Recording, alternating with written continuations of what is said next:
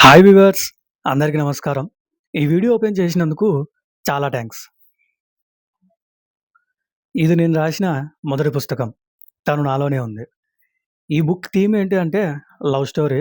ఇంకా క్లైమాక్స్‌లో psychological twist ఉంటుంది. మీరైతే అసలు ఊహించలేరు. మామూలుగా నాకు చిన్నప్పటి నుంచే సినిమాలన్నా, స్టోరీస్ రాయడం అన్నా, చదవడం అన్నా చాలా ఇంట్రెస్ట్.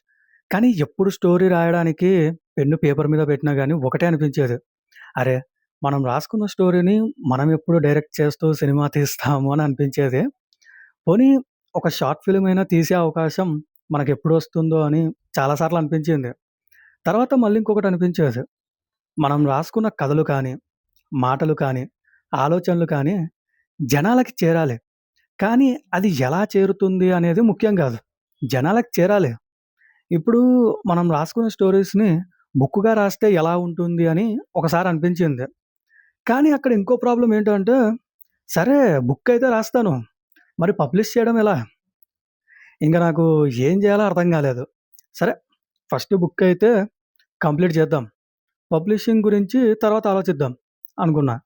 కానీ ఎంతసేపున్నా మైండ్‌లో అదే తిరుగుతుంది బుక్ రాసేటప్పుడు. ఇది కంప్లీట్ చేశాక ఎలా పబ్లిష్ చేయాలి? ఎలా పబ్లిష్ చేయాలి అని. మొత్తానికైతే అనుకున్నట్టుగా బుక్ అయితే కంప్లీట్ చేశాను ఫస్ట్ బుక్కు. బుక్ ఎలా పబ్లిష్ చేస్తారు అనే దాని గురించి డీటెయిల్స్ అయితే తెలుసుకున్నాను. చాలా డీటెయిల్స్. ఇంకా ఎన్ని రకాలుగా బుక్ పబ్లిష్ చేయొచ్చు అనేది కూడా అర్థమైంది. ఈ పబ్లిషింగ్ ప్రాసెస్‌లో నాకు అర్థమైంది ఏంటంటే, బుక్ పబ్లిష్ చేయడం ఎంత కష్టమో, మన బుక్‌ని జనాలకి రీచ్ అయ్యేలా చేయాలి అంటే చాలా కష్టమని అర్థమైంది. ఎందుకంటే బుక్కులు చదివే వాళ్ళు తగ్గిపోయారు గదా! నేను ఎలా పబ్లిష్ చేశాను అనే దాని గురించి కూడా సెపరేట్‌గా ఒక వీడియో అయితే చేస్తాను. మొత్తానికి అనుకున్నట్టుగా నా ఫస్ట్ బుక్ అయితే పబ్లిష్ చేశాను. దాని తర్వాత ఈ 2 బుక్స్ గూడా పబ్లిష్ చేశాను.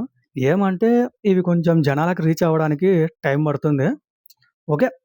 మొత్తానికైతే పబ్లిష్ అయిపోయింది. కొంచెం జనాలకు రీచ్ అవ్వడానికి టైం పడుతుంది. ఓకే వ్యూవర్స్, మళ్ళీ ఇంకో వీడియోతోని మీ ముందుకొస్తాను.